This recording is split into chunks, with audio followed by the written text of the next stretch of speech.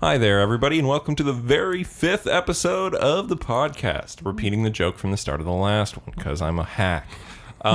Davis, my lovely friend, is back. Hello. He was in episode 1 and 2. If you're a new fan, you might not remember Davis. If there's anything to take away, I have a tight booty. Yeah, that's fair. Not the hole, just the cheeks. So we've been doing this for a whole month now. I have. A whole month. A whole month. A tight whole month. Yeah, man. Yeah, boy. It's great. I'm having so much fun with this thing. That's good. If you never listened to the podcast before, The Media Hole is a podcast where we talk about movies and games and television and comics and whatever the fuck we want. And we mostly just shoot the shit. Please follow us on our disaster train of thought. We don't talk about ethnic cleansing much. No, we've only really said it on the first episode and right now. Way to go, Ian. You let me down. All right. This week, I guess I'll go first. I watched Jojo Rabbit. Oh, fuck. How was that? It's good. Is it like so good? Okay. Do you want my honest opinion? Yeah. Okay. Jojo Rabbit is Moonrise Kingdom in Nazi Germany. It's the new movie by Taika Waititi. Yeah. It tries to juggle a comedic tone with a dramatic tone, and it works sometimes, and it doesn't work at other times.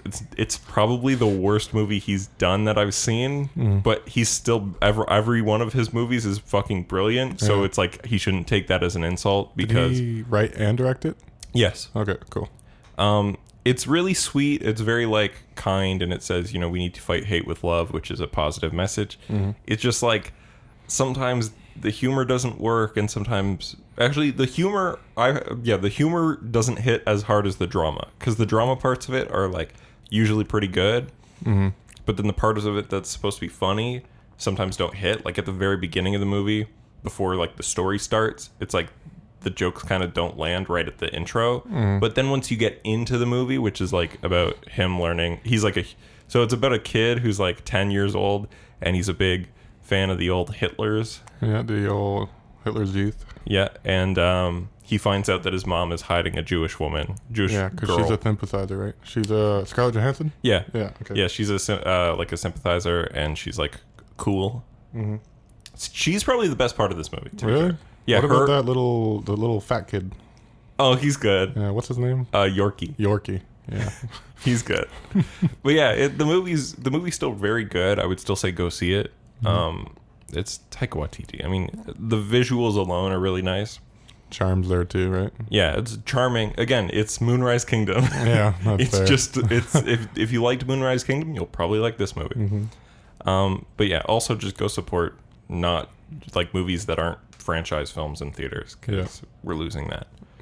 Like nowhere near us is playing fucking The Irishman. We have to wait till it's on Netflix. Yeah, isn't it November 22nd? I thought it was coming out on. I thought it was the 27th. 27th? November at some point. I haven't seen it on Netflix, so I'm assuming it's not out yet. It's not out yet. But it's weird. There's no trailer for it, or at least I haven't got like the home. You know when you open up Netflix on the home. Yeah, they it's like tease coming stuff. soon. Yeah. Yeah, they haven't done a lot with it. They've put it to theaters, and I think everybody's saying it's really, really good. Scorsese. Yeah. I mean, it's either hit or miss with him, I think. I don't think I've seen a movie by him I didn't like.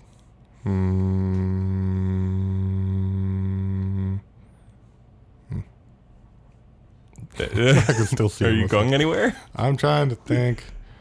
I haven't seen every movie he's made, obviously, but out of all the ones I've seen, Taxi Driver was like cool, but like it's a good movie. Yeah, it's a really good movie. Yeah, it's like The Joker, but good. Yeah. I'm biased because like a keen fan. Also, Robert De Niro is also really cool too. Yeah, like fucking God, Rising Bull. Yeah, Raging Bull. Raging Bull. Yeah, that was a long time ago. I saw that though. Yeah. That was also Scorsese, wasn't it? Yep. Yeah. And also like Goodfellas is good. And every Transformers movie. Definitely not Michael Bay. It's Martin Scorsese. Yeah, man. But yeah, go support seeing like non-franchise movies in theaters. I think I want to say that most of all. Yeah. Have you seen The Lighthouse yet? I did. Yeah? Do you want to do a Lighthouse Sure, bit? man. Dude, that movie's fucking sick. I liked it, what the fuck was happening at some point? Dude, Like, I love it. Robert Pattinson did great. Willem Dafoe did great. their acting was great. Don't get me wrong, but there were some points where I'm just sitting there like, what the fuck is going on? That's my favorite feeling in the world. Honestly, I love it when a movie is like doing weird shit. Yeah. Like if you don't know The Lighthouse, it's directed by Robert Eggers. It's a great film. Go check it out while it's still in theaters. It's essentially Willem Dafoe and oh my god, I just said his name. Robert Pattinson. There you go. Robert Pattinson. They're stuck in a lighthouse together in Nova Scotia. Well, I think it's supposed to be in America, but it was in Nova Scotia. Yeah. And they just have to, deal with each other, and it gets weird. Yeah, and then like the second half of the movie is just a retelling of Prometheus. Yeah, there's like a Prometheus level of it. There's like almost like most of it's just a drama of two people stuck in a place starting to go crazy. Yeah. Like, again, I liked it, but me and my hot ass girlfriend went and saw it, and what the fuck? Apparently, I was reading that at the end of it. I don't want to like. Yeah, like don't spoil thing. it. Yeah. At the end, where Willem Dafoe Yeah. was like doing his Weird shit. like at the very end of the movie where he was He was like masturbating. no. I'm trying to like. He was giving his like little speech thing. Oh yeah. And they did it in only 2 takes. Like that was the second take that did it, which is cool because there's a lot of shit going on with him. 2-take Jake. Yeah. 2-take Jake, baby. Why'd you spill your beans? Why'd you spill your beans? Dude, that's such a good bit. In the trailer, he says it a bunch, and I'm like, oh man, I hope in the scene in the movie they just repeat it over and over again. I saw the trailer. I hope he just like knocked over a can of beans when by himself. It's like, Yeah. No, I was like, 'cause in the trailer, it plays like that. It's the audio is just the sea shanties that they sing, and him going, "Why'd you spill your beans?" And then it's just showing shots from the movie in the trailer, and I was like, man, I hope he repeats that line over and over again in the movie because it's cool and it's spooky, and then, thankfully they did. and the whole fucking siren. Yeah. Oh, that was so weird. It was so like eerie. Yeah. Like my ears weren't feeling it. I was spooky butthole. It is. It's a spooky, fun movie for the whole family, really. No, definitely not. I mean, Robert Pattinson's just jerking off at one point. Yeah.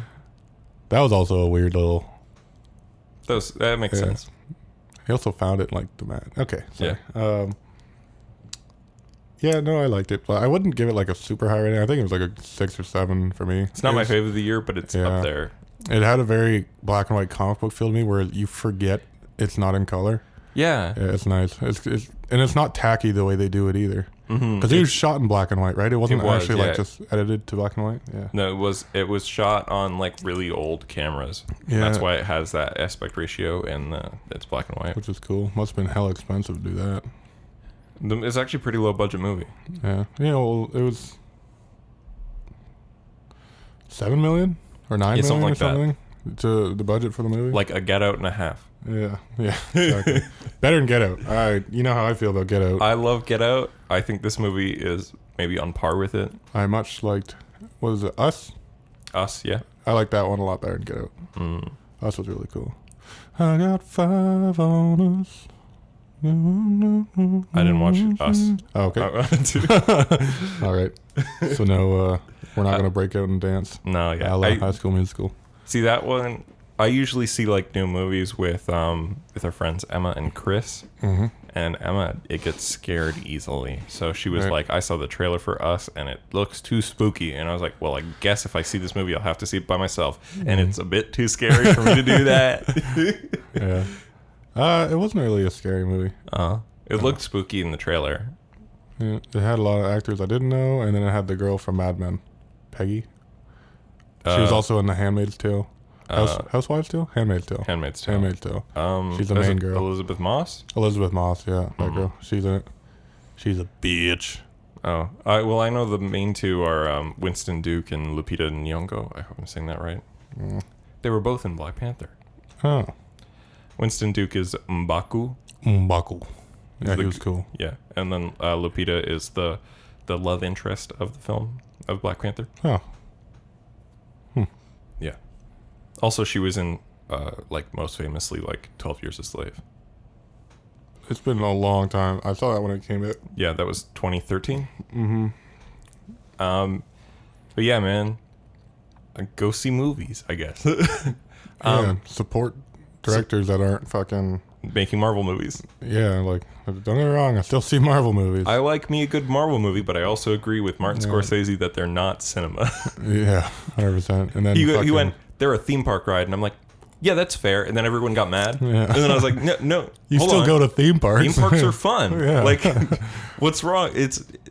Why does your popular movie that everybody goes and see and makes billions of dollars also have to somehow be the height of cinema to you? Exactly. Like, I can go, yeah, I like a Marvel movie, but I wouldn't give it an Oscar because they're two different things. You're telling me you wouldn't give fucking Iron Man 2 or 3 an Oscar? Hey, 3's a good movie. 2 is bad. 3 is good until the whole end thing in the shipyard with all the suits. Oh, yeah. The climax of that movie I don't like, but I liked how funny Ben it was. McKenzie wasn't actually... No, I liked that.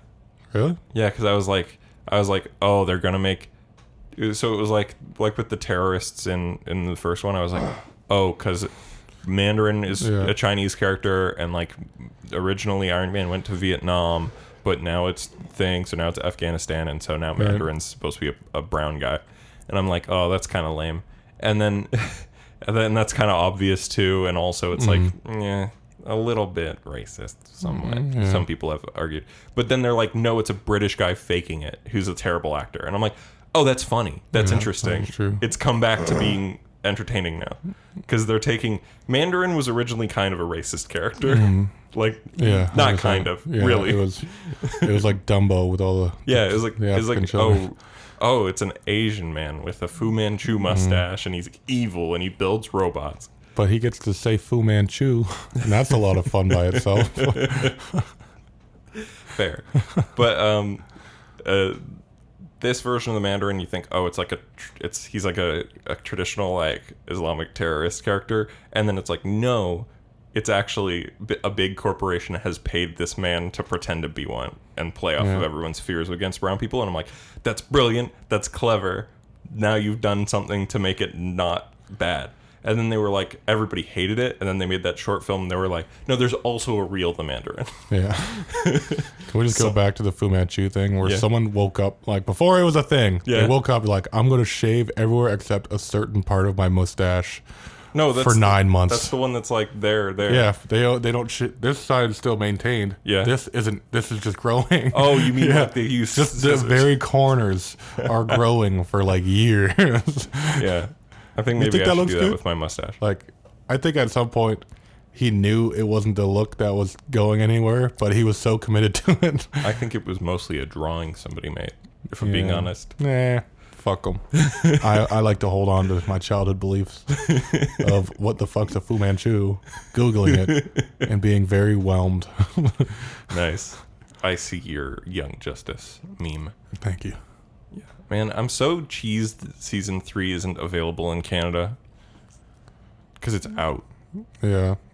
What about DC's streaming service? That's not available in Canada. Oh, I'm fucking. You know how like little I follow DC. No, yeah, I would have actually probably gotten DC Universe if it was available because they were like Titans, and I'm like, that show sucks. Doom Patrol, that show's dope. Swamp Thing, that show's dope. Yeah. That Harley Quinn cartoon looks pretty good. Yep. Young Justice season 3 and 4, hell yeah. Mm-hmm. That's worth it. And comics, cool. Yeah. Like, we're not paid by DC Universe, but we could be. Yeah. Hey, DC, you want to cut me a check? I'll take it. You don't have to pay us. Just give us the service. We will still pay you for the service. Just let it be available to us. Yeah, give us the service in Canada. Somehow manage to take back Titans and Doom Patrol and Swamp Thing from the networks in Canada that have stolen them.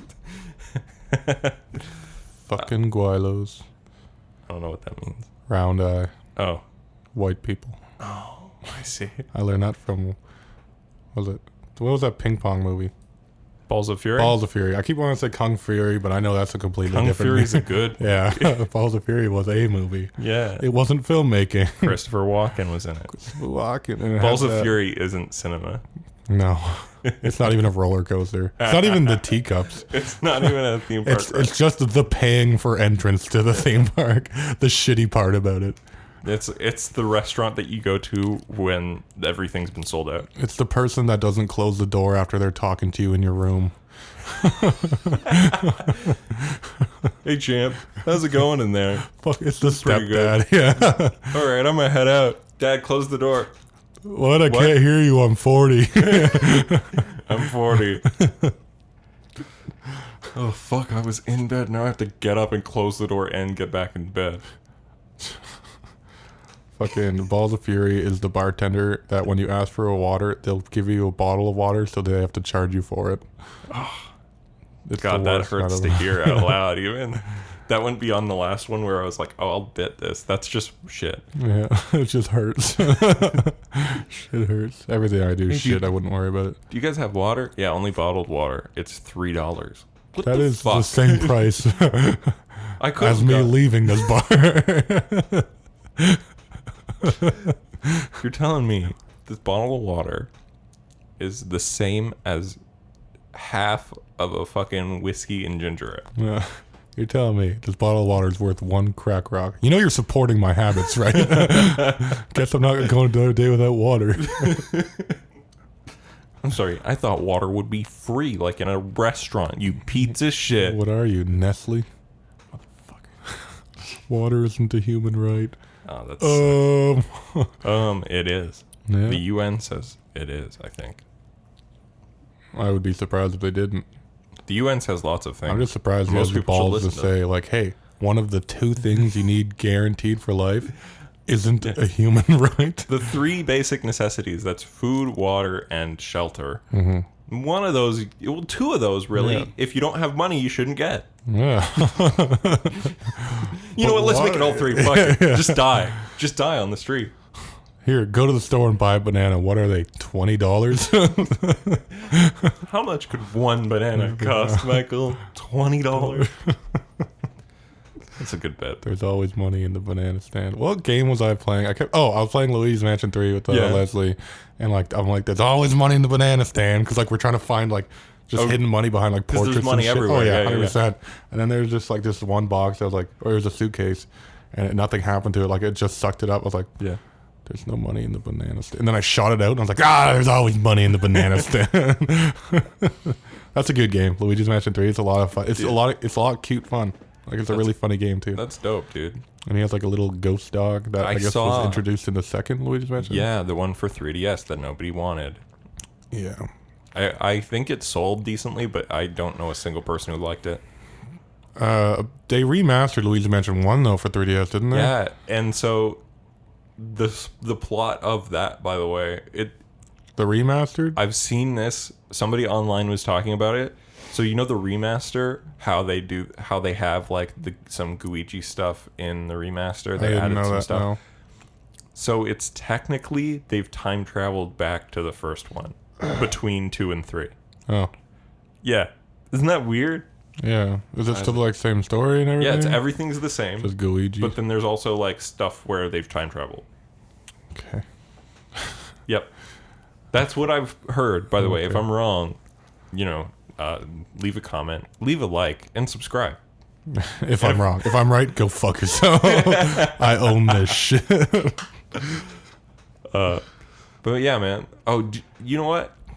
You haven't been around since fucking Death Stranding came out. Yeah. Dude, I love it. So how is that? Do you love it just because like the hype around it, or do you love it? No, I actually love it. I've never been a huge Kojima fan. Like I suck at stealth games, so I never got into Metal Gear. I like Zone of the Enders too. That game's fucking sick. Sucking sick. Because isn't Death Stranding just like... Well, okay. I'm going to give you some light spoilers as to what you do in the game. Delivery man. You walk, you deliver things, you stack shit high up on your back, and you walk over rough terrain. Yeah, and walking simulator. Yeah, but it's like I like some walking simulator games. You can do that in a cool way, and you can do that in a lame way. There's also like a motorcycle or a car or something. Yeah, there's motorcycles, there's trucks, there's zip lines. You get to build bridges and ladders and ropes to help you traverse. And it's basically make your way across this hard landscape. And the thing that makes the game brilliant is that it uses like online elements. So you'll never see another player, thank God, because I fucking hate that shit. Yeah. Online stuff.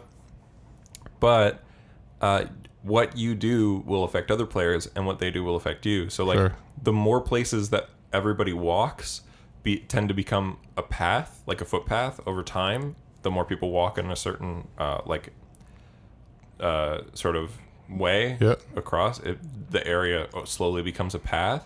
So like the ground like starts breaking down the grass and everything. Yeah. So just like a desired path. Just like in real life, like it's just like the more feet walk on something, the more like you can see that's the way to go. That's cool. And then like you can also build things. You can build bridges. You can leave ladders, like I was saying. And so other people leaving those, you can use them. You'll see them, and they'll see yours. And so it's everybody kind of working together to make the hard trek easier for everybody else. Okay. And so, like, eventually, yeah, you do get cars and bikes, and you'll find people leave that for you, too. And you leave that for other people as well to be nice. And so it's a game where you're kind of promoting everybody should help each other out and be good to each other. And then you get to a point in Chapter 3 where you start getting the ability to use resources to build paved roads, but they cost so many resources that one person can't build an entire chunk of road. So you've all got to work together on the, like, I think it's server-based, so I think it's like I'm in, like, the Toronto or Ontario one. Sure. I'm not sure, because I know some people talking like, oh, I saw this in this area, and I went there and it wasn't there. But they were from, like, Montreal. And so maybe it's, like, location-based. I'm not sure. Sure. But yeah, man, so you can just find like everybody's working together, and at least in this area we've got tons of road built in Chapter 3, and like where the area you unlock in Chapter 3, there's tons of it. And so you can just take your car and drive it on flat land completely safe, thanks to everybody working together and being selfless and giving up things. So the whole point of the walking simulator is to try and walk the least amount? No, well, it's like to I mean, it's not, the walking's fun. Like, I find the walking and the traversal, like, it's you're walking trying to deliver something, but I still find it entertaining, but I know it's not for everybody. It's, like, inherently niche. Okay. But I still find it entertaining. The world and story are interesting and weird as hell. Yeah. Especially because fucking Guillermo's in there. Also, Conan O'Brien's in it. Conan O'Brien's in it. I met him. Yeah? Yeah. Edgar Wright's in it. Really? Yeah. Okay. Yeah. Like the writer of like... The writer and director of all those movies. Yeah. Hot Fuzz. What's that called? The Cornetto Trilogy? Cornetto Trilogy. Cornetto Trilogy, yeah. And Baby Driver. Baby Driver. Great movie. And he's working on Last Night in Soho. It's an upcoming film. Yeah. How do you like Star Wars? Star Wars? I beat it. Yeah? Yeah. Fuck. Do you have the disc or the download? Disc. Can I steal that from you? Yes, you may borrow it. Sorry.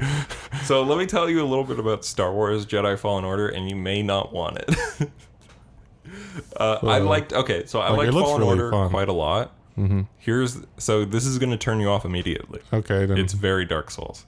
That's fine. I thought you didn't like Dark Souls. No, I beat Bloodborne. I didn't fucking know that. Yeah. I remember the last time I talked to you Dark about Souls 2 is trash. Oh, okay. Dark Souls 2 is just a big world. Like, Dark Souls 1 was, here's hard combat, sure, but it's like a tight world. Like, it flows. Like, But 2 was like too open? 2 is very open, yeah. So this is more of a Metroid Prime world to explore. Okay. And you get a few different planets. I think by the end of the total of planets that you can explore is 5. 5? Okay. But like the 5th one's kind of small. Yeah. And the first one's kind of small. The first one's probably just tutorial land, right? Yeah. Like Well, the tutorial land is like scripted area that you never return to. Yeah, is that where he's doing like his little training as a little baby boy? No. I saw that video. No, you get those in flashbacks. Oh, okay. And that's when you learn new moves. So at the start of the game, you only have like the Force slow Okay. and your lightsaber. And then as you go through, you unlock more and more stuff. Is he like already like proficient with his lightsaber, or do you like gradually get better You with get it? skill Like, points. skill points? It's not like a sloppy start, like, hey, I Yeah. know how to swing it, and then It's- like later in the game, it's like, all right, I know this shit. It's more Sekiro. Like it's like okay. if you play that one too. I've seen it being played.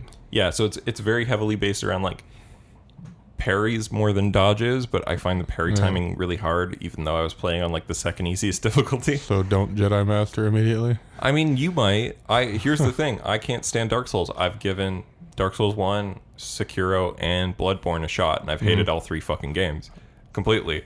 Bloodborne, not for me. what really drew me in was just going to all the doors and listening to all the lore and everything. That's cool. That's pretty much why I kept playing. Yeah, I managed to beat this because I was like, it's Star Wars and there's Uncharted and Metroid stuff to keep me when I don't like the when I don't like the fucking Dark Souls bits. There's all like the collectibles, like the holocrons and all that. It's not holocrons you're collecting. You're collecting like Kyber crystals. Seeds. You're scanning things. You're collecting like different color schemes for your like shirt and pants and shit. So I can black your out my ship. boy. Yeah. Can I? It's like completely customable lightsabers too, right?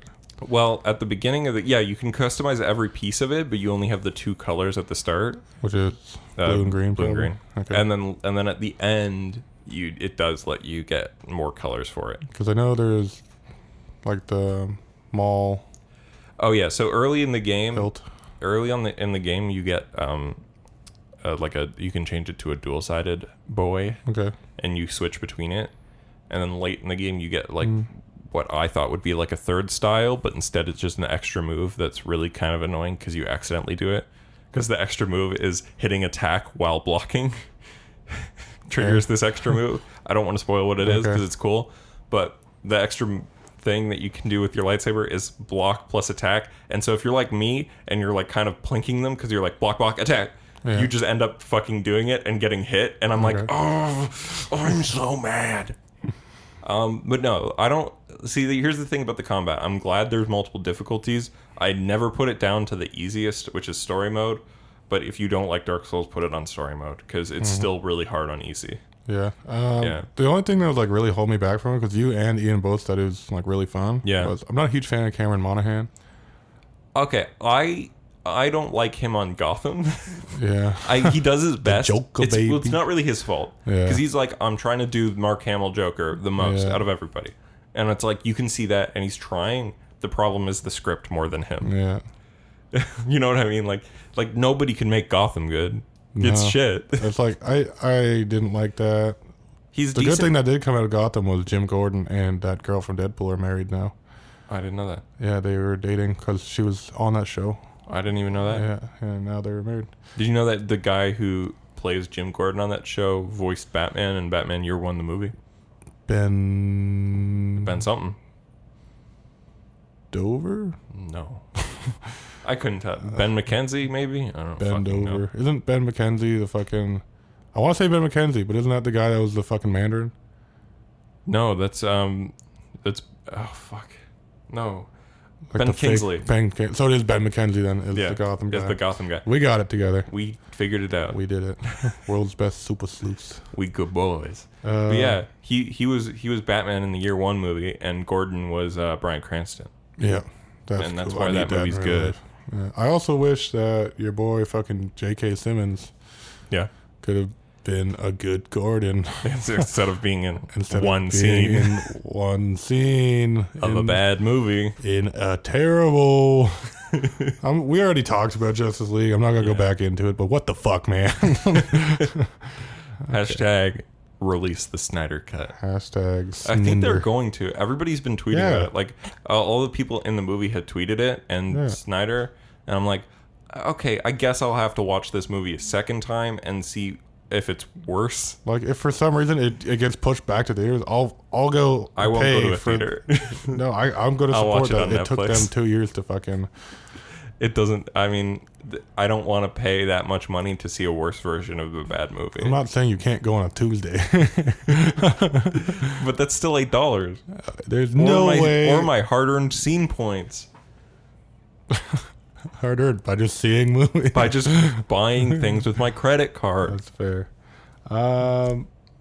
No, it's like because Momoa said he saw a Snyder Cut. I don't know how finished it was. That was on his Instagram. And then Gal Gadot and I want to say Borg posted on their Instagrams. Ben Affleck did too. Yeah, Ben Affleck did too. On like Twitter, they tweeted the hashtag. So I think I doubt you could get all of them to tweet it unless Warner Brothers went, all right, guys, you're gonna have to promote it. We're doing the Snyder Cut. We're gonna put it on HBO Max. Oh, fuck off! You know who's gonna go fucking shipping with me? The rest of the Pirate Bay. Yeah, and then I'll probably watch it, and then I'll go, yep, that was a 3-hour cut of Justice League that's still bad. I am very confident that'll be better than that fucking mashup between Whedon and Snyder. I don't know, though. Most of the parts of that movie that I liked were clearly Whedon inserts. Because you can tell because the mustache. I just want fucking... I want goofs and gaffs. I want a Superman that's sweet and fun and happy. I don't want a Batman who's sweet and fun and happy, but I want one that's sweeter and funner and happier than fucking... I love Batman nitty-gritty flick. Oh, that's my shit. I don't like that he shoots people. I get that. I don't like it either. But I still fucks with the flick. I mean, that's fine, but like... I also want to see Clerks 3. Speaking of that... You mean Jay and Silent Bob reboot? Sorry, yeah. Yeah, me too. We missed the date, and I think it's like... I think they're doing a whole... like a tour with it, but I think it's sold out here. So we'll watch it when it's on something we can watch it. When it's eventually... I was like, oh, I want to see it. And it's like, oh, you can watch it on October 15th or 17th. And I was like, well, today's the 16th. Oh, man. And he got the go-ahead for Clerks 3, didn't he? Yeah, they're going to do that now. He got the green light. Because he finished his trilogy, which was Tusk. No, he didn't get to do the third one. Oh, because that was like a Jaws with a moose instead, right? Moose Jaws. Moose Jaws, right. Because it's in Moose Jaw, and it's a moose version. It's Jaws with a moose in Moose Jaw. Do you fucking get it? I got it. Do you fucking get it? He needs to chill on the weed. Yeah, Tusk. I think Tusk was like okay. Tusk was kind of hard to watch at some points. Yeah, Tusk was like okay. Wasn't great. Red State was really good. But, yeah, Yoga Hosers. Red State was the one with the church, right? When they go to the church. Yeah, where they go to the, that was a good cult. movie. Yeah. That doesn't seem like a fucking Kevin Smith movie. That's shot really well. Yeah. Kevin Smith, if you're listening, why? Kevin why are you Smith, here? I think you're a good. You've made good movies. I still support you. You made podcasting cool. True. Because I think he started his a decade ago. Also true, yeah. What was his called? Smodcast? Smodcast. No, there's something to do with... Or do you mean Fat Man on Batman? Fat Man on Batman. That's and I what think I'm they had to thinking change it to Fat Man Beyond. True. But I still think that's really good. Yeah. Fat Man Beyond. I love Batman Beyond. Terry McGinnis. Terry McGuinness. Dude, they need to make a Batman Beyond movie. I'm so sorry. Bless you. Thank you. I think I just shit myself. Good, I'm Not glad. in a cool way. There's a cool way to shit yourself? I don't think so. Like this. That was cool. Yeah, man, they need to make a fucking Batman Beyond movie. You know what they don't need to do? I need to make it. You need to do it. I'm gonna do it. It'll be. Right. I'll direct it and I'll play Terry McGinnis, right. And that's how you know it'll be good. Because it'll be just me. I'll write it. I'll direct it. I'll play Terry, and just give me $1 million. No, wait, hold on. 25. No. 100. Let's make it a clear 100. 100 less million? than less Holy than shit, fuck. Less than a Justice League, but more than. I thought you meant your salary. No, you could pay me nothing to write that script and direct the movie and be the star. Yeah, I'd just be like, just give me the money to make it. I don't give a fuck. Give me the toys rights. Do you know what I've always wanted to, or not always? Do you know what I've wanted to do for the past year? When I was like, oh, this would be cool if I can get the time and effort and explore your prostate. To do it. Well, I've already done that. How'd you like that? It's pretty good. Pretty good. Pretty good. No, I was gonna make. I don't know if I should say this. Fuck it. I was gonna make I was gonna call it "I Love Dick," a Nightwing documentary, and it was gonna be a thing where it's comics. What's cool about American comics that you don't get anywhere else is continuity, and that can be both the best thing and the worst thing about it, because sometimes it's fucking annoying going what do you mean I have to read fucking Batman Incorporated to know what happens in this fucking issue of Nightwing or whatever? Actually, Batman Incorporated is really good. Yep, Batman Inc. Yeah, I fucks with it. It's good. But I was I'm gonna find every comic book across the years that features Dick Grayson in it. Not just every one Batman and Robin. I mean literally go through every issue, find which issues of Batgirl he's in, and try to plot his character arc over the years. Yeah. And I was that'd be a great 3-hour documentary of me talking. About him picking up Babs and then Starfire. Yeah, and just like try to trace it and go like, okay, this writer continued the arc this way and like made him grow and change. And under this run, no, they said fuck it. Yeah. You are now stagnant.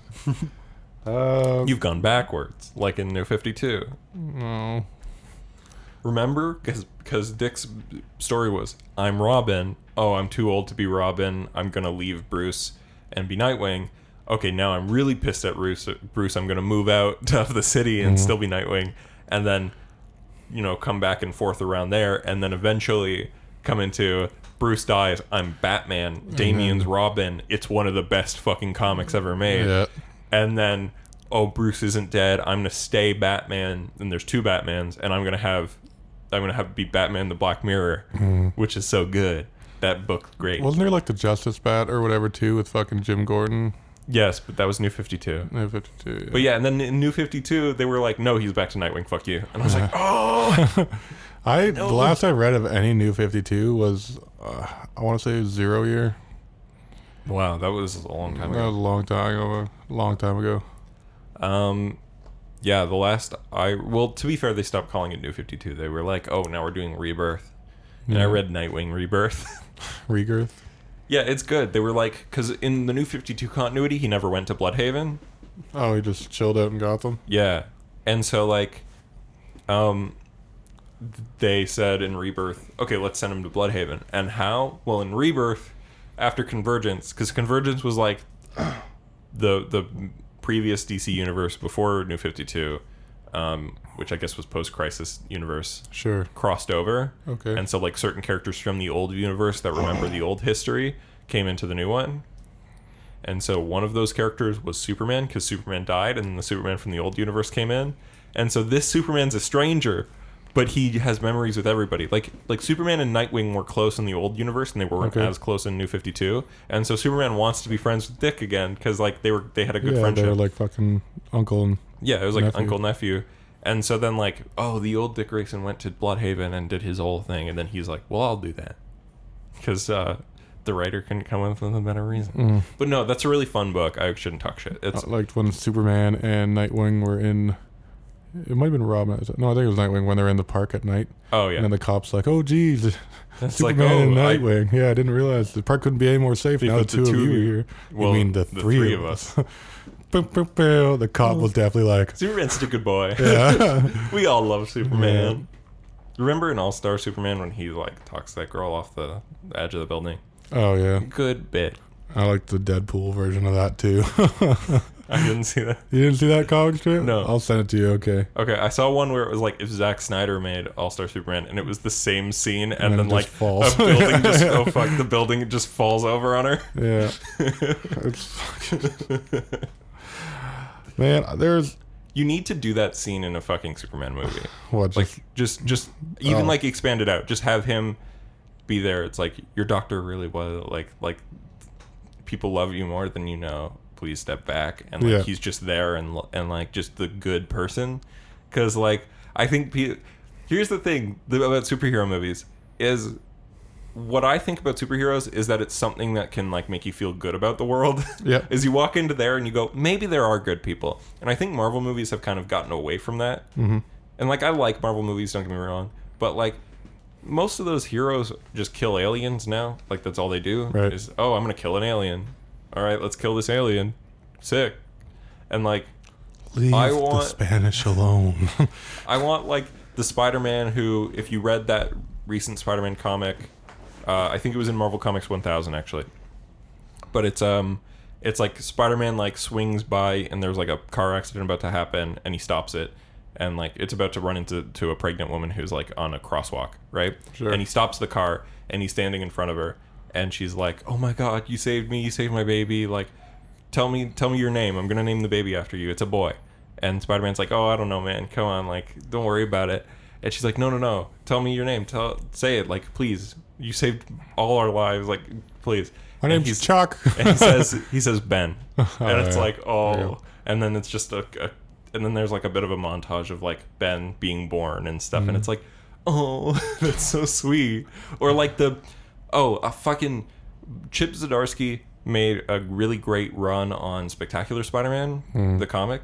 And while like the run was mostly goofy and was like time travel, alien, robot shenanigans, the last issue is that he wrote and he drew it himself. Is a kid is making a documentary on Spider-Man, and it's like he's got interviews with all different people. Sure. And the main story is there's a kid who was essentially like the lookout guy for a crime, and like when they all ran together, and then Spider-Man like was gonna catch the kid, but he found out it was just a little boy, so like he let the other two get caught and like essentially protected the other one. Yep. And then it's like Spider-Man, so then like the kid was having trouble in school, so Spidey's like in the room helping with math homework and shit because he's smart and he's a good boy. Right. And so he's just helping him and it's like, look at that, isn't it easy, blah blah blah, and going through it. And it's like, and then the two kids that got caught, or the two other, I guess, like criminals that got caught, thought because the other guy didn't get caught that he ratted out on them. Right. And so Spidey shows up to help with the homework, and the kid was dead. And it's just the mom hugs Spider-Man, and then you see hit like on the roof, Spider-Man takes off his mask and he's just sitting there crying, and it's like, fuck, it's so good. And then it's like, why are you making a documentary about me anyway, to the other guy? And he's like, because when I was one time you like were stopping something, and in that case like a car splashed mud on my clothes, and you looked at me and was like, oh no, man. And he's like, oh, I have a date. And then Spider-Man reaches into his backpack and pulls out the stupid Peter Parker clothes, like the shirt and the sweater vest, and gives it to the kid. And like he's like, I could tell you weren't much older than me. You were like the same age, and that you had this stupid clothes, that those were all you had, and yet you still looked out for me. I didn't get the second date, but like that's so meaningful, and like people need to know that Spider-Man's a person.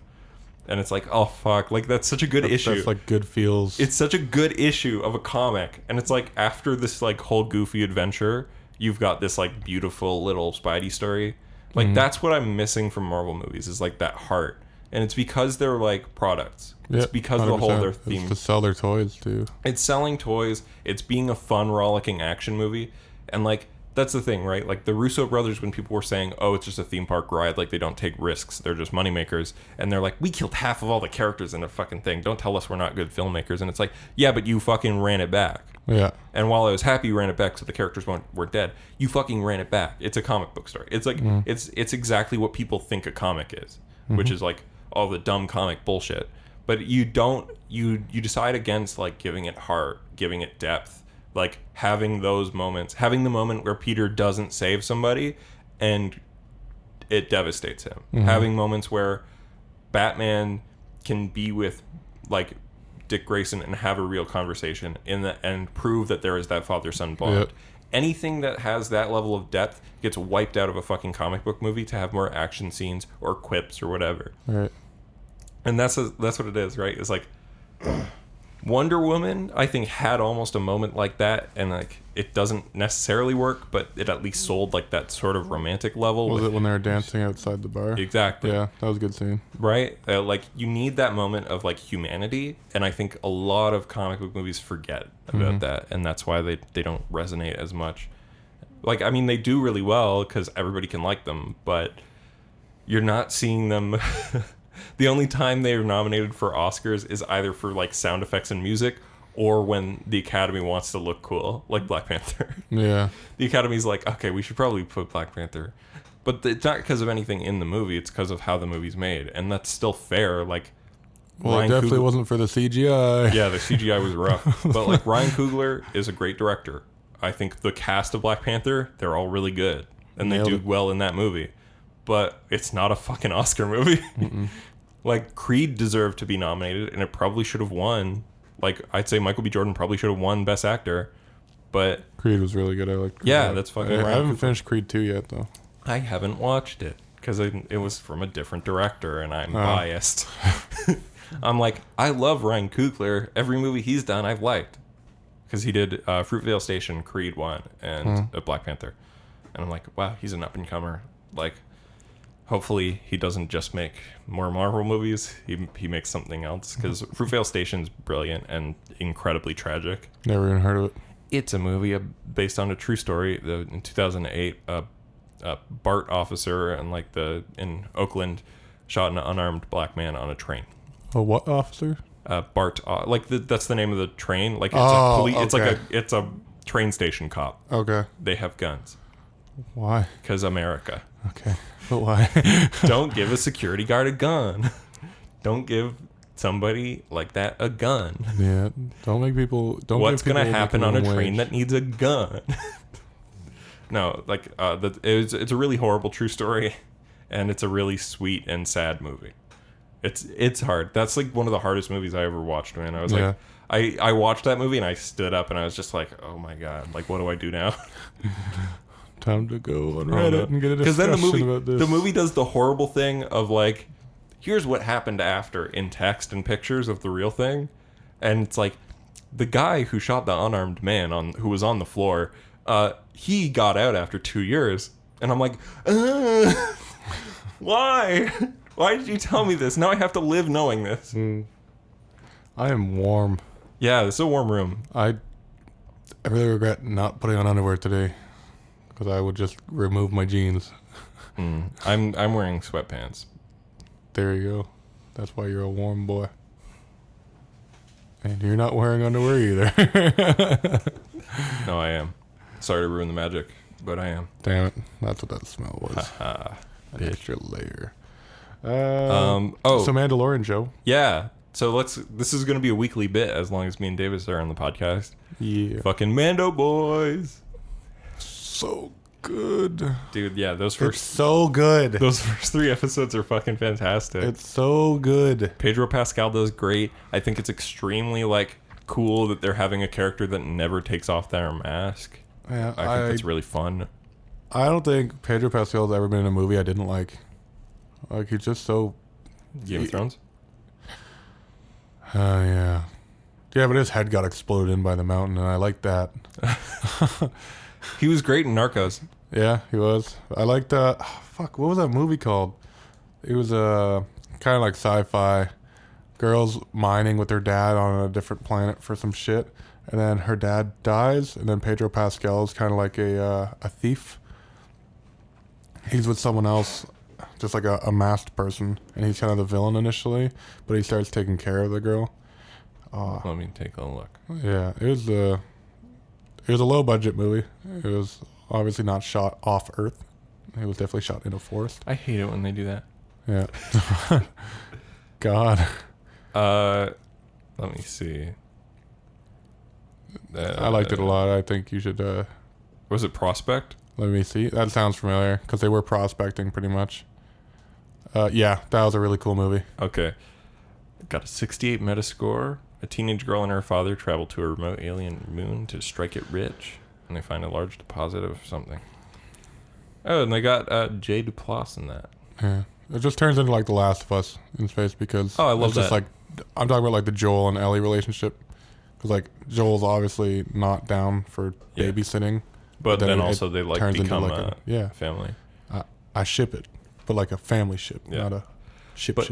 But in The Mandalorian, I mean, it's really cool. So Jon Favreau's the showrunner. They've got... What I love about it is there's not as much CGI as you'd expect. It's mostly puppets for things. And I'm like, oh, that's great. What I love was that he had the whole show written. Yeah. The whole first season written before he even pitched it. Yeah. It was just like fanfic that he's like, here you go, want to take a look at this? Cool? Yeah. Look at this cool shit. Way to go, Jon Favreau. And I fucking love Werner Herzog. Yeah, Werner Herzog. He was in Jack Reacher, I want to say. I can't remember what else he was in. He's mostly... I mean, he was in like... He'll be in whatever. He was in Rick and Morty. True. But he's mostly known, I guess, as a director. Okay. It's so funny because like the only movie I've seen by him is like kind of a terrible movie, like a So Bad It's Good movie, Bad Lieutenant, Port of Call, New Orleans. But most of his movies are really artsy. Why does that sound so familiar? That's the Nick Cage one. Oh God. I think me and you watched it. It's the one where he's like a cop, but he's like on drugs. That sounds so familiar. This might have been one of the Nick Cage movies I've repressed successfully. And there's a bit where he's like hallucinating that on the table in the police department there's iguanas. And he's like, there's fucking iguanas on the table. Why are there fucking iguanas here? And they're like, what are you talking about? And he's like, the iguanas on the fucking table. And then like the camera's showing the iguanas, and then the camera cuts to the imaginary iguanas POV and shows the scene from there. And it's like, wow, that's fucking weird. I really hope they're decked up like Fear and Loathing, where they just have like buckets hat on, sunglasses, and like a Hawaiian shirt. No, they're just regular iguanas. Damn it. And then like there's a great bit near the end where him and like the gangsters shoot at a different gangster, and they shoot him and they kill him, and then he's like, Nick Cage is like, keep shooting, and then the guy's like, why? He's dead. And Nick's like, yeah, but his soul's still dancing. And then the camera pans over above his corpse. There's somebody who's like a lookalike of him breakdancing. R.I.P.D. It's really good. That movie, everybody needs to see that movie because it's brilliant and but I haven't seen any of Werner Herzog's actual good movies. There is going to be another Nicolas Cage movie in theaters. What is it? National Treasure 3. Oh, shit, it's really? Confirmed. Oh, dude, I'd watch that easy. It wouldn't be easy watch, I don't think, but I'd watch it. I liked the first one, and the second one was okay.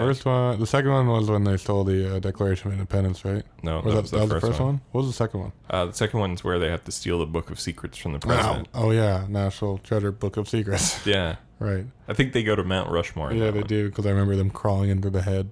Oh, like they crawl into the ear, I think. Man, what a good movie. Unsuccessfully repressed. I remember there's a funny bit at the beginning of the second one where it's like the guy who would go on to be in The Hangover but wasn't the character the guy that did that anything. wanted to buy a Ferrari in the first one, I think. Yeah, no, the like really lame one that would always not be involved with the shenanigans. Yeah. That guy is like, no, I'll drive, and they're in England, and so he gets in, and it's like, it's right side drive. So he's like, and then Nick Cage is in the driver's seat. It's a good bit. Back to Mandalorian. Solid show. Really good show. I'm cheesed because Jon Favreau made a show with all the influences that I said I would make a Star Wars movie with. Because Pedro Pascal's like, yeah, Jon Favreau came up to me and said, yeah, it's watch For a Fistful of Dollars, Yojimbo, and Lone Wolf and Cub movies. And I'm like, well, fuck my life. I was going to make an Obi-Wan movie like that. But I guess somebody beat me to it, and that's fair. At least he's smart enough to know what to be inspired by. There was fuck, so good. But in the third episode, I don't want to spoil anything. Okay, pause here. So there's going to be spoilers for about 5 minutes. Maybe 10. I don't know how long this conversation is. Just skip There's ahead. 3 episodes. Yeah. Unpause. There's rumors floating around. I like going on Reddit on the discussions for every episode of like shows or movies that I watch. Yeah. And for Mandalorian episode 3, when they cut to Mando as a youth hiding in like the little bin. Yeah. And then like the super battle droid opens it up. Yeah. There's a rumor that it's Obi-Wan that saves him. And I really don't want to be, because if I see Ewan McGregor on the screen this early, I'm going to shit myself. You're going to nut. I'm going to nut. Like Dude, I'd finna nut. Well, here's the thing. We know he's around. Yeah. He's having a TV show. Yeah. So he'd probably do it. And this is... What doesn't make sense to me is... Because Mando's, in his 40s? I guess... This takes place 5 years after Return of the Jedi. Yeah, but like Mando, grown up, is like... I'd say in his 30s or 40s. 40s. So I guess that would make sense. Because it's like 19 years between episode 3 and episode 4. Yeah, and then episode 4 to 6 is like a decade? No, I think it's only a few years. Is it? Yeah. And then like I think it's 5 years after. Well, good job on the Death Star construction crew, because the roads around here aren't even fixed in that short of a time, and they made a space station that is no moon. I mean, when you can just fascism your way into forcing people doing it. They're not slaves, they're stormtroopers. Without any OSHA guidelines. It's really easy to build a Death Star when you're going, if you don't build this Death Star, I will kill you and your family. That's the dream. But Mandalorian. So it starts off super cool. He's on like an ice planet, not Hoth, and they have like those giant ice fucking beast things. Then comedian, what's the name of that guy? Fuck, Brian Posehn. The guy that's driving the fucking So when they start off at the bar, they kind of want to show you how not necessarily intimidating this guy is, but how badass Mando is. So he beats up a bunch of dudes in a bar fight. And it has one of my favorite kills I've ever seen in Star Wars, where Buddy's trying to run out. The door closes like a sphincter. Yeah. And it's a metal door, and Buddy's running away, and he shoots Buddy with his grappling hook, a grappling line out of his glove. Yeah. Brings him in about halfway, so his body's on both sides of the door. Then he uses his blaster to hit the remote or the keypad, whatever, to close the door. Slices him right in half. That's is so cool because like rough. Every time I see like episode 4, you know how the doors kind of close like that. Yeah. It's hard to explain. It's like a diamond closing itself. It's a diamond closing. Yeah. I want to know like if droids ever get stuck in that just from bad timing. Whoop, like a little mouse droid. We already know that the stormtroopers are kind of stupid because that one stormtrooper hits his head in the first movie. Yes, he does. Yes, he does. Damn. I think that's so funny that got left in. Fuck it. It's so good. It's just like Gandalf hitting his head when he's in the fucking Shire. Yeah, but I think that was on purpose. No, it wasn't. No? He smashed his head on the beam and he's like, oh, and they just left it in. But Mando, so good. It is. I enjoy it a lot. I think it's cool. I'm waiting to see because it could get shit. Yeah, there's still potential for it to get bad. Starting off very strong, and by far the cutest thing I've ever seen is Baby Yoda. It's 50. Yeah, technically, like he is still a baby for their species, but like he's so adorable, and I'm so happy with all these baby. Even though it's not Yoda, it's a puppet. Yeah, but like it's so cool. Yeah, but all the memes that are sprouting from it are so wholesome and beautiful. It's one of those rare memes. It's nice. It. Yeah, Baby Yoda's a good time. Dude, he's great. And I love fucking everybody in the cast is like just such a good job. And it's really well directed and shot. I like the guy that helps Mando find Baby Yoda in the first episode. I have spoken. Yeah, That's fucking Nick Nolte. Famous actor Nick Nolte. I couldn't tell you. I couldn't tell you what else he's in. Yeah. He's famous. I know. I have spoken. Yeah. And what do you want? Going back to Werner Herzog, dude, honestly, I love like just the shit he said about it. Is like, oh yes, Jon Favreau brought me on because he's seen my films and he's seen me act in other films, and I think he's a fan and he really wanted to set up a sense of place in this show. In case you're wondering, Nathan actually left the room and Herzog's just here speaking for him. Great. That was pretty spot on. Thank you. You weren't quite as dry as he is. Yeah, I'm a little bit more wet. Yeah, you were a wet boy. But no, he said some of the funniest shit like, oh, well, did you feel any pressure because of the other films that Jon Favreau has made? I have not seen any of his films.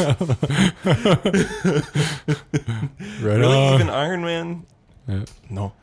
I heard those are like roller coasters. And then he's like, it's like, somebody's like, well, like, have you ever seen like Star Wars? And he's like, no, I've never seen Star Wars. And then they're like, well, are you going to watch the show on Disney Plus? And he's like, I don't. What the fuck is that Disney? I don't need to. And he's like, I don't really need any subscription service. What I'm watching right now is, I use really only the Criterion channel, and they've got tons of movies and they're all brilliant, and then the only other thing I'm watching is WWE. And I'm like, fucking God bless Werner Herzog. Like, wait, is that what he's actually? Yeah. Oh wow, I thought you were just fucking living right there. No, that's real. My dog. He's such a good boy. And then somebody asked him about the Baby Yoda because everybody was excited, and she's like, oh. And so apparently on set he fell in love with it and forgot that it was a puppet. Of course.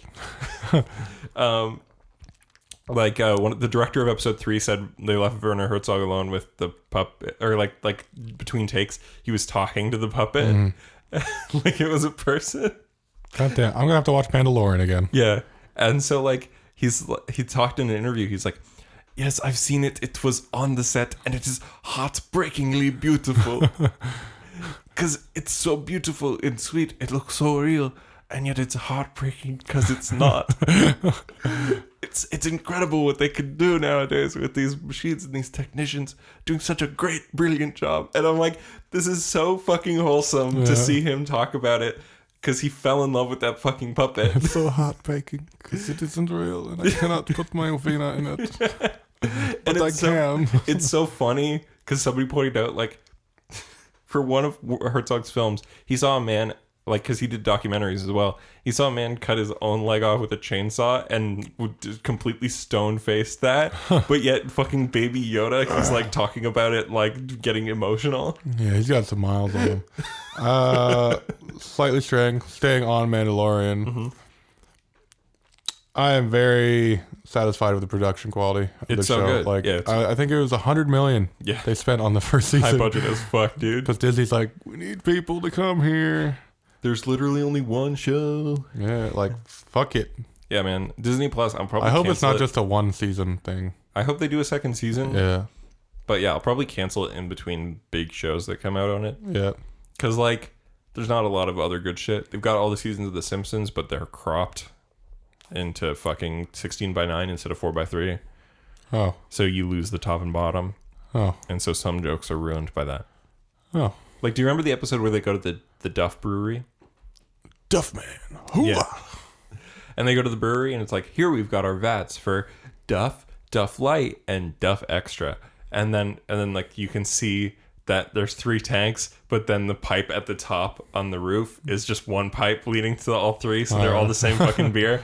And that's cut off. You only because the top and the bottom of the frame are cut off, so it's 16:9. What fucking wieners. Yeah, I guess Disney owns Fox now, right? Yeah, but they only have Simpsons out of all their Fox shit. And they're saying, like, oh, we'll never put anything above PG-13 on the streaming service, which I think is kind of lame. Because, I mean, Touchstone and Miramax have made some great, and Fox have made some great R-rated movies that, like, Disney now owns, and they have their own fucking service. They might as well put it all on there. But because they're so heavily invested in Hulu, because they've got such a controlling share of that company, they're probably just putting all those on fucking Hulu. Right. And then there's like, okay, well, you've got some of the Marvel ABC shows, that you've got Agent Carter, but you don't have Agents of S.H.I.E.L.D. and you don't have Cloak and Dagger. Like, oh, sorry. Oh, no, that's cool. I hope the mic didn't pick up that loud glass noise. It probably did. Do it again. Just make sure. But yeah, man. And like, I'm hyped somewhat for all the Marvel shows. Like, Falcon and Winter Soldier looks pretty cool. So it's the two of them are 2 Captain Americas, versus fucking Baron Zemo's coming back. Huh. From Civil War. Yeah. Neat. And it's the same actor. So that's going to be also a very expensive show. Yeah. Because it's Anthony Mackie, Sebastian Stan, and fucking David Brühl, I think. Daniel Brühl. Daniel Brühl. I know it's B-R-U with an umlaut H-L. The umlaut. All reliable umlaut. Baby. But Mandalorian. Mando is cool. So good. I'm really guess that's sad all we that have to Star say. Wars 1313 game never happened. Or 1313. I feel like this is call it. 1313. Well, that was actually going to be Boba, though, in Coruscant. Boba with the rangefinder. I just recently learned it's a rangefinder and not an antenna. Oh, yeah. Yeah, just whoop. Oh, look, my wiener is 4 centimeters away. It's like a visor from DBZ. But your power level. One thing that's interesting, and I'm stealing this from a Polygon article because this is so nerdy that I didn't even catch it. So, in one scene in The Empire Strikes Back, there is a man in the background evacuating the Star Destroyer carrying an ice cream maker. And okay. and that's the prop. And you go, huh, that's weird. And then in The Mandalorian episode 3, Werner Herzog gives Mando that same ice cream maker, and he twists it and it opens and it's got the Beskar in it. Yeah. And so now we know what that prop was in Empire Strikes Back, and it was a safe full of something, essentially a portable safe. So they've fixed that weird continuity thing. Those motherfuckers. Yeah. And then they called it something weird. I forget what he calls it in episode 1. He's like, I've got the I've got a something full of Beskar. Yeah, because I had to look it up to like understand what kind of unit of measurement that was, and it still didn't make sense. And I think it did reference an ice cream thingy. Yeah, so now it's that like it's coming back. I've got like a Kabeska or something. I think it's Kabeska. I've got a Kabeska of Beskar for you, or whatever.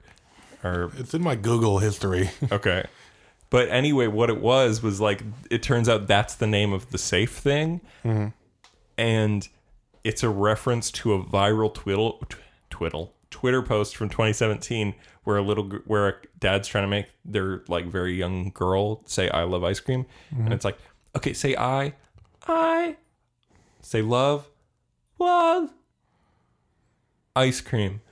That's it. And so they named it after that. And I'm like, that's fucking funny. That's a good bit. You're a good bit. Thanks, baby. Fuck. Just look it up on Polygon. No. Okay. I'm not going to do this. Oh, buddy.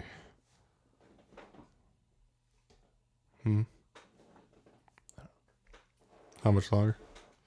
Yeah, I was just trying to say how long we are into the app. 6 inches. Fuck you. Potentially. Sorry, I'm just trying to look this up. Shit. Uh-oh.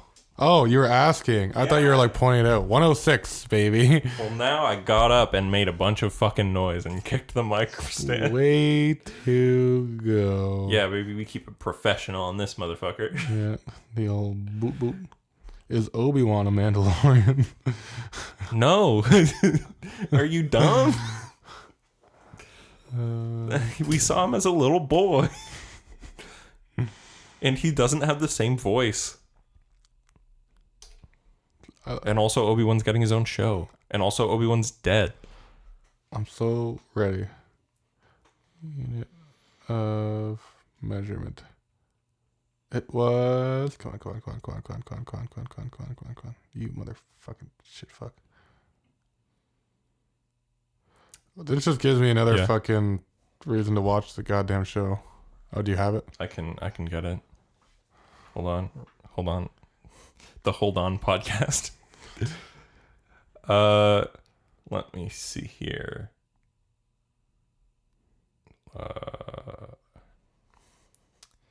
Yeah, so for 40 years, there's the man holding the ice cream maker.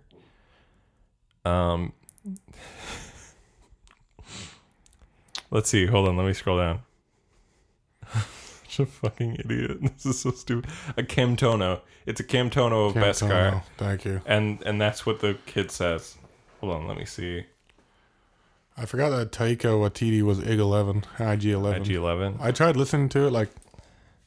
Yeah, you trying to hear his voice, and it didn't even really sound like him that much. I could tell immediately. No? I mean, yeah. Yeah, and he's directing the final. Oh, is it? Yeah, because they change directors every episode, don't they? Yeah. Which is pretty fucking smart. Yeah, man. The director of this episode was a director from season 2 of Jessica Jones, I think. Mm-hmm. I did not fuck with that show. I liked the first season. I didn't watch the rest. The Purple Man. Purple Man's great. Purple Man. I like David Tennant. Boy Tenny.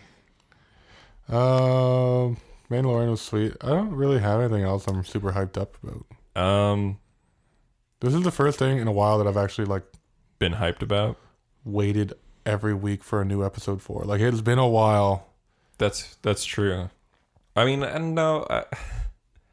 My Hero Academia usually. This year I've been waiting more because it's like it happened to come out when I'm busy. Mm-hmm. But yeah, Promised Neverland. Actually, lots of anime I do that for, but not a lot of regular shows. Mm-hmm. Oh, I watched the End of the Fucking World season 2. I love the End of the Fucking World. Oh shit, that came out. I still need to do that. How was it? It's good. It goes places you don't expect. Is it better than the first season? On par? I'd say on par. I'd say it continues where you expect. Well, not where you expect. It does things that you don't expect that make a lot of sense. They're like very real, but not very common in stories. Yep. like nothing really goes the way you want it to, and that's true for the characters. I definitely have to rewatch that show. Yeah, I don't remember a lot, but I remember season 1. I remember just being so cringy at some points. It's a very funny, but also very sweet and very sad show. Yeah. And so I think for my personality, it juggles those things well. I think other people didn't love it, but again, I liked it. And I actually have like a couple more things I was actually going to talk about, so I'm going to do that right now. Sure. So I started reading one comic and I read an entire comic this week. The one that I finished was I read volume 1 of November, the new Image comic series. They're releasing it as 3 hardcover like trades over the course of the next year.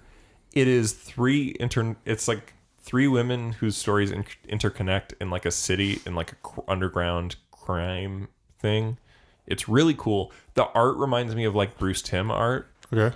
And it's just like, it's a crime story. So like the first one, the one that's like, I think on the back of the box, so I'll explain her, is like, there's this woman who's got like a bum hip, and she's like still a pretty young girl though.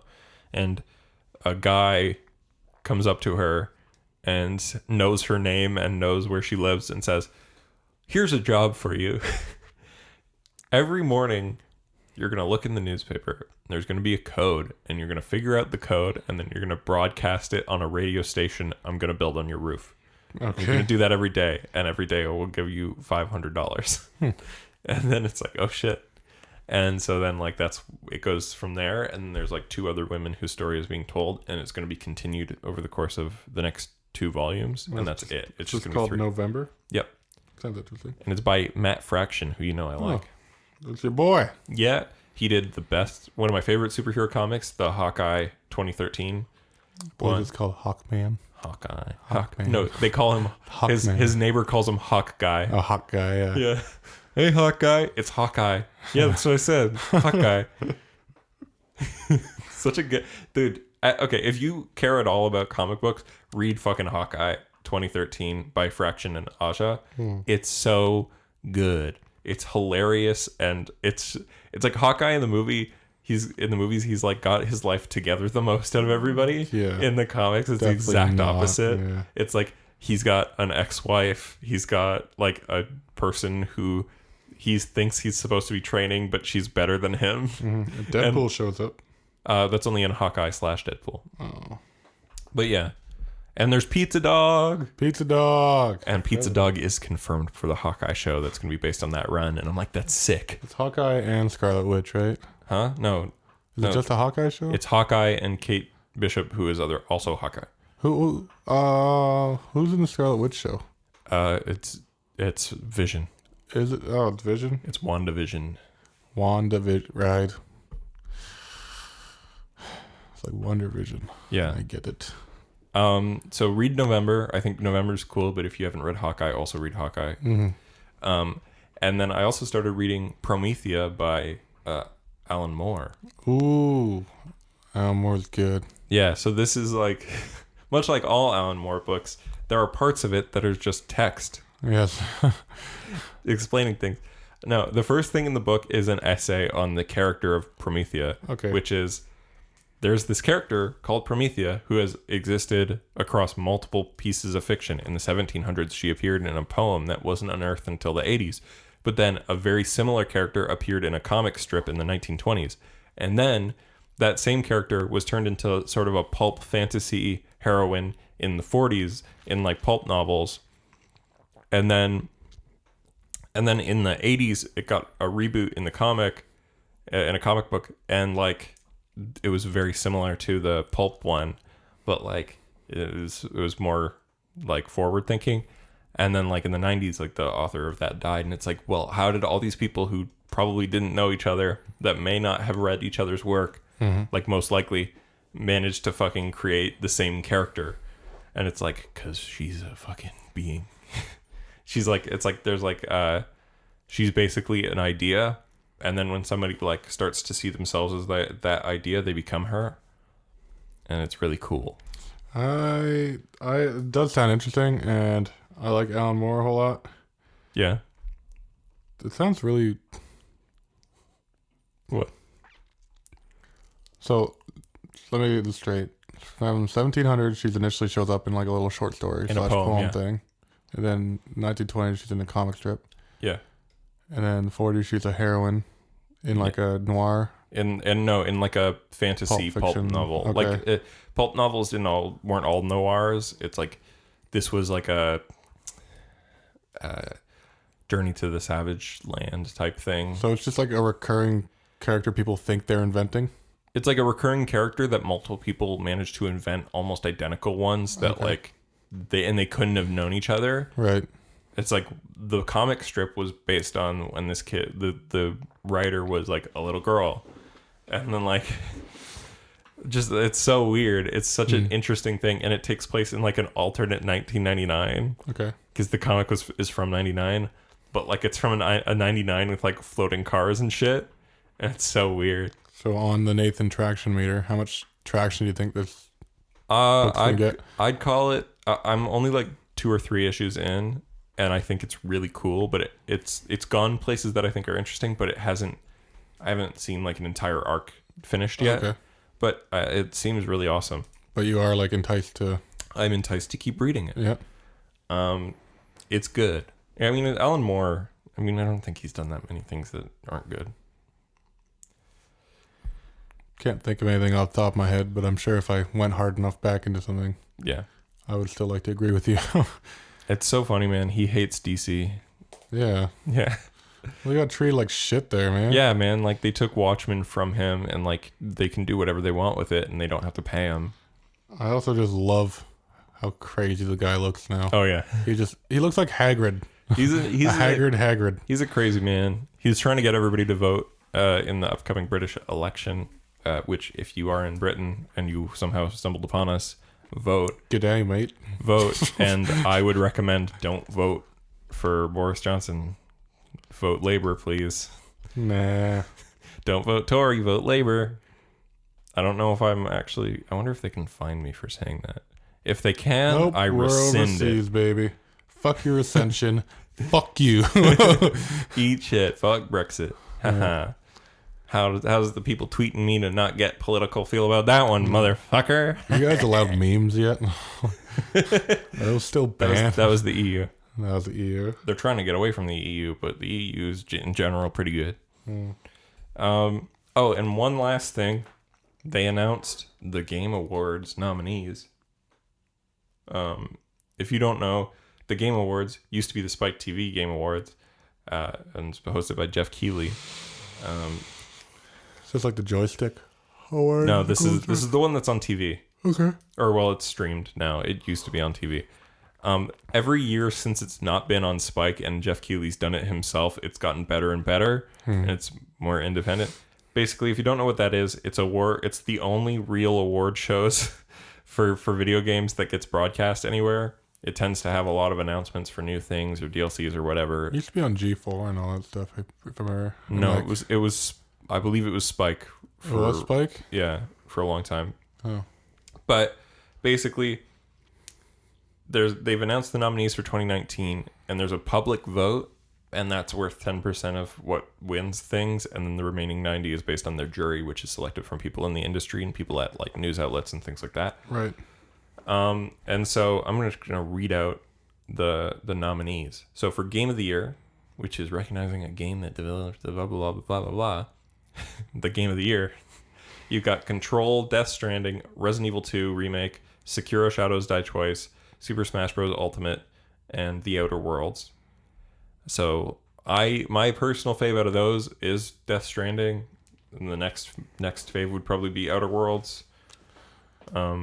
And then after There's that, a speed run that came out for Outer Worlds. Someone beat it in like 10 minutes. Or some it's shit. pretty short. Yeah, it's like only 20 hours, but it's quite good. For action game, the options were Apex Legends, Astral Chain, Call of Duty Modern Warfare, Devil May Cry 5, Gears 5, and Metro Exodus. Devil May Cry 5. Come on. Come on. I really want to try the new Metro. Yeah, I heard it's good. I wouldn't call it an action adventure. That's a shooter RPG, as far as I'm concerned. Yeah. Devil May Cry. It's an action game. Come on. It's the first sequel in 10 years to that series, and it's fucking phenomenal. Action adventure game, Borderlands 3, Control, Death Stranding, RE2, Legend of Zelda Link's Awakening, and Sekiro. I voted for Control because Death Stranding doesn't need to win everything. And Control's really cool too. For art direction presented by Samsung. Of course. You got Control, Death Stranding, Gris, or Gree, I still don't know how to say it, Sayonara Wild Hearts, Sekiro, and Legend of Zelda Link's Awakening.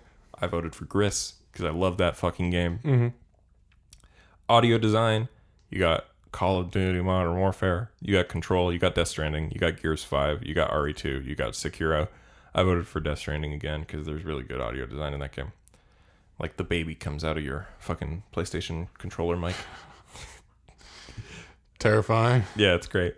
For best community support, you got Apex Legends, Destiny 2, Final Fantasy 14, Fortnite, and Tom Clancy, Rainbow Six Siege. I voted for FF14 because I actually have played almost none of those games in that list. What was that category? Best community support. Best community support. Jesus. Content Creator of the Year. I don't fucking know any of these people. I'm going to skip it because none of them are me. And same with Esports Coach and Esports Event. You can vote for Overwatch Finals, EVO 2019, Fortnite World Cup, IEM Katowice, League of Legends Championship, or the International. I voted for EVO 2019 because that's the fighting game one, and that's the only one I watch.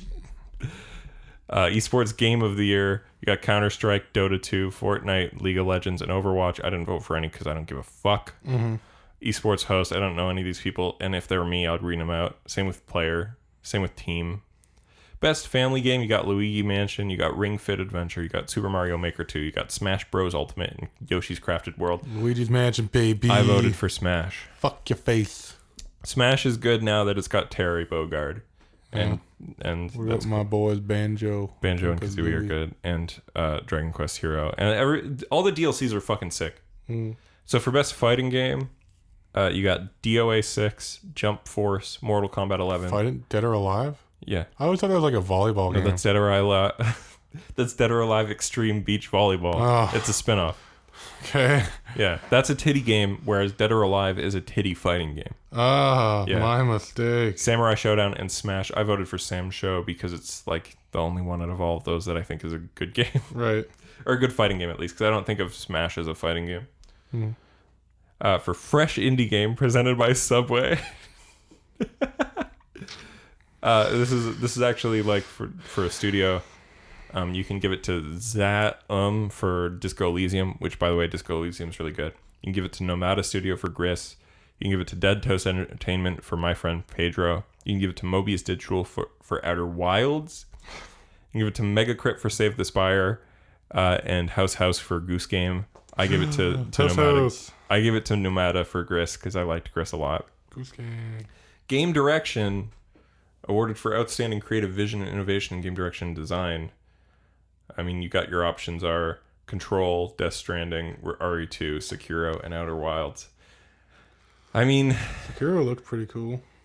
Yeah, but the problem is it's direction. Like, it's Death Stranding. Like, it's like the one that's got the most. Like I was saying, the story and the gameplay of Death Stranding come together to tell the same story. Okay. Which is why it's got the best direction.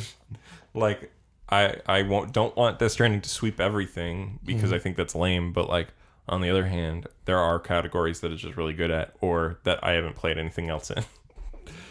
Games for impact, thought-provoking game with a pro-social meaning or message. You got Concrete Genie, Gris, Kind Words, Life is Strange 2, and Sea of Solitude. I picked Gris again. Life is Strange 2 is great. Don't get me wrong. I didn't know that was this year. Life is Strange 2 was this year. The first episode came out last year, but all the remaining episodes have come out this year. Oh. Yeah. It's been a long year. Yeah. Holy crap. Yeah, man. Glass came out this year. It's been a long year. I know. In best indie game, you got Baba Is You, Disco Elysium, Katana Zero, Outer Wilds, and Untitled Goose Game. I gave it to Disco Elysium. That game's really good. Mobile game, you got Call of Duty Mobile, Grindstone, Sayonara Wild Hearts, Sky Children of Light, and What the Golf. Give it to Sayonara because that game's also on Switch and PS4, and that's probably one of my fucking favorite games this year. I have played 0 games on my phone. Like, Me too. Literally, the last game I played was like Shanghai Towers, or what is it called? Tipsy Towers? Hanoi Towers. Oh. Towers of Hanoi. Like where you have the 3. They give it to primates. like the gorillas and everything to play. It's like there's 3 sticks. You just have to move rings from one to the other in like descending order. Oh. That's usually what I play when I poop. I go on Twitter. And I write stupid tweets. Yes. Best multiplayer games. You got Apex, Borderlands 3, Modern Warfare, Tetris 99, and Tom Clancy Division 2. I put Apex. Gotta send love to Respawn. Best narrative, you got A Plague Tale: Innocence, Control, Death Stranding, Disco Elysium, and The Outer Worlds. I gave it to Disco Elysium because its story is slightly better than Outer Worlds. I would have given it to Outer Worlds otherwise. Because Disco Elysium is like, it's like a classic RPG, but there's no real combat. It's just like all dice rolls. And the story is you're a police officer, detective, and you've woken up with no memory because you've drank and done too many drugs the previous night. That's how it usually goes. And you have actual amnesia. Uh-oh. Probably shouldn't mix those things. Yeah. No, like that's how you got the amnesia. So then you're walking around trying to solve a case in like a very like gray morality world where nothing's as it seems. And like it's really good. Best ongoing game, you got Apex, Destiny, FF14, Fortnite, and Rainbow Six Siege. I gave it to FF14. It's an ongoing game that's still ongoing, and it's good. Best performance, you got Ashley Birch, Courtney Hope, Laura Bailey, Mads Mikkelsen, Matthew Peretta, and Norman Reedus. I gave it to Ashley Birch. In what? Outer Worlds. She's Parvati. She's one of your partners or whatever. I would have fucking Mads Mikkelsen all the way. I love me some Mads. Dude, okay, I hadn't gotten to the part of the game where he does anything except for be the dad to your BB when I did the vote. And I got to the part where you like see him in game for the first time and he's a boss battle. And like, dude, that sequence was so fucking cool. Yeah. Yeah, man. He's great. It's just like, I don't want to give it to a film actor who happened to be in a game. Also, you go like, Ashley Birch has been in games from the beginning. That's true. Like it feels like kind of. Was she Ellie? No. Ashley. What was her name? Ashley Johnson. Ashley Johnson. My bad. Yeah, she was. Ashley Johnson was Gwen Tennyson in Ben 10. Best RPG, you got Disco Elysium, FF14, Kingdom Hearts 3, Monster Hunter World Iceborne, and Outer Worlds. I give it to Outer Worlds. Score and music, you got Cadence of Hyrule, Death Stranding, Devil May Cry 5, Kingdom Hearts 3, and Sayonara Wild Hearts. Sayonara Wild Hearts, it's not fair because like that game's a rhythm game. I guess Kingdom Hearts, like how did Kingdom Hearts 3 do? Because there was so much hype about it, and then it came out, and then no one talked about it. It sold really well. I bought it. It's good. I think people wanted more. Yeah. And I think people who didn't realize there were other Kingdom Hearts games except Kingdom Hearts 1 and 2 were confused. Right. Because they're like, hold on. It didn't have a number on it. That means I shouldn't play it. And everybody's like, no, the most important game is Birth by Sleep. By far. Like, by far the most important to the plot is Birth by Sleep. And Dream Drop Distance is basically like the beginning of 3. It takes you from the end of 2 to the start of 3. And also Final Chapter Prologue is important to know where Aqua came from at like between Birth by Sleep and 3. And then it's like, oh my god, you should have just played all of them. It's so frustrating to have to tell you this. There are things set up in Rechain of Memories that get paid off in this game. You don't even know where Castle Oblivion is. You need to know these things. I don't know any of these things. Exactly. So I think that's why like a lot of them their more mainstream fans weren't like as hyped by it. And also the combat's not as good as KH2, but it's still good. It's just 2 is still the best one. KH. At least it's Cage. I was confused. Oh, KH. Sorry. Right. Best sports racing game. I voted Crash Team Racing. There was Crash Team. There was Dirt Rally.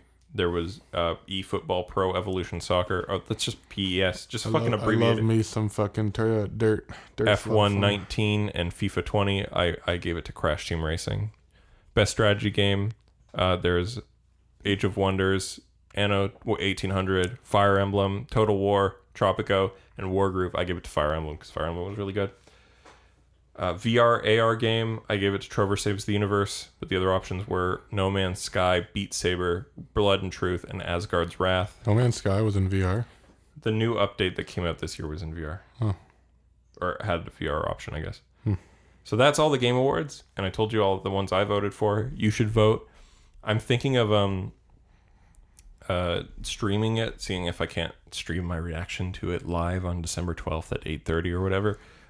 This is not an announcement of that because I need to figure out if it'll work. I like the get arounds people do for that. Like initially they started putting on like porn sites, and then Buddy, it got to the point he just streamed that fight between Logan Paul on the reflection of his sunglasses just to get around so it. the Game Awards actually wants people to stream it. It's live on Twitch, and you can just like record your screen or whatever. That's good. Yeah, same with like E3 and stuff like that. Like they want people to stream it, so I think I'll stream my live reaction, or maybe I won't. I'll see how I feel about it, or if I can get it to work at all. Like look at that. It's like I go out there and announce something, and then like the 5 seconds after the announcement, I just keep backing down further and further. I'm gonna stream it, maybe, if I can. I don't know, maybe not. Honestly, not feeling it. But yeah, man. Anything else you want to talk about? I love you. Oh, thanks, man. I love you too. Nice. Awesome. I don't love Jared Leto. No, fuck Jared Leto. I love you, boy. Honestly, I want the Mandalorian to take his helmet off and be Darth Vader. And it's Darth Vader's helmet. Stop. He takes the helmet off and it's just the Darth Vader helmet. Why the fuck would you even want that? You're or it's wrong. Obi-Wan. Or it's Obi-Wan. He takes it off and it's Obi-Wan, like the guy was saying. If it's that, I'm actually going to stop watching the That'd fucking be so show. fucking funny. I would fucking... On the one hand, like, that would suck because it would make the show bad, but on the other hand, you gotta respect the troll. I don't gotta respect shit. Fuck them. He takes the fucking helmet off and it's Obi-Wan. It's like, you Hello died. there. You're dead. Hello there. You were dead. Or it's Boba Fett and we're all gonna groan audibly. Yeah. Please, That's the one thing. Favreau, don't be fucking... That's the only way they could, I think, actually ruin that in a way that I could see a writer's room come up with it. It's like he takes the helmet off and his face is all fucked, but it's Boba after the fucking Sarlacc. Yeah. It's like, oh, yeah, whatever. Fuck off. I gotta get me one of those. He when did survive the Sarlacc, though. In the old canon, he did. Did he not in the new one? I don't know. But he escaped like naked from Sarlacc, and someone. Yeah, so that's why he has different armor. Weasel or something nursed him back to health. I can't remember the name. He only had pussy for nourishment, so he ate a lot of it. Boop. Must be nice. I got food like a regular schmuck. All right. Well, thank you so much for listening.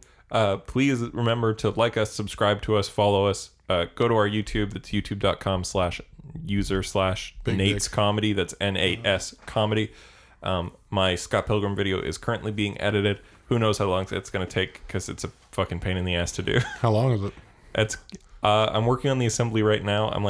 I think it's probably going to be about half an hour long. Okay. How much did you record? Including all my shit takes. Sure. It's like 2 hours to record the whole thing. Nice. So I've got to sift out the good 30 minutes out of a 2-hour batch of clips and then edit that to good 30 minutes. Well, I got the watchable 30 minutes out of a 2 hour. Yeah. And then also cut that together with clips from the film and scans of the comic. So it's going to be fun, isn't it? Sure. So expect that in the near future. I'm not going to give you a date because I don't fucking know. I wanted it out by the 1st of December, but who knows? Life's busy, man. Yep, that's how it is. Also, it's really hard to edit when you look at your face and go, oh, wow, this ugly, dumb bitch keeps talking on my screen. I should cut the video out. And then I go, oh, wait, me. Wait a minute. I have to keep watching. All right. Follow me on Twitter at The Media Hole. Follow me on Tumblr at when your balls get stuck to your leg.tumblr.com. And if you're if you're listening to this on Spotify or iTunes or whatever the fuck, leave us a nice review. Be nice. And I'd like to promote something if you don't mind. Go ahead, bitch. Driving on sidewalks. Do it. There's no law saying you can't. This episode brought to you by crime. Especially in school zones. All right. Well, thanks so much. Have a good evening or morning or whatever the fuck. See you later. Bye-bye.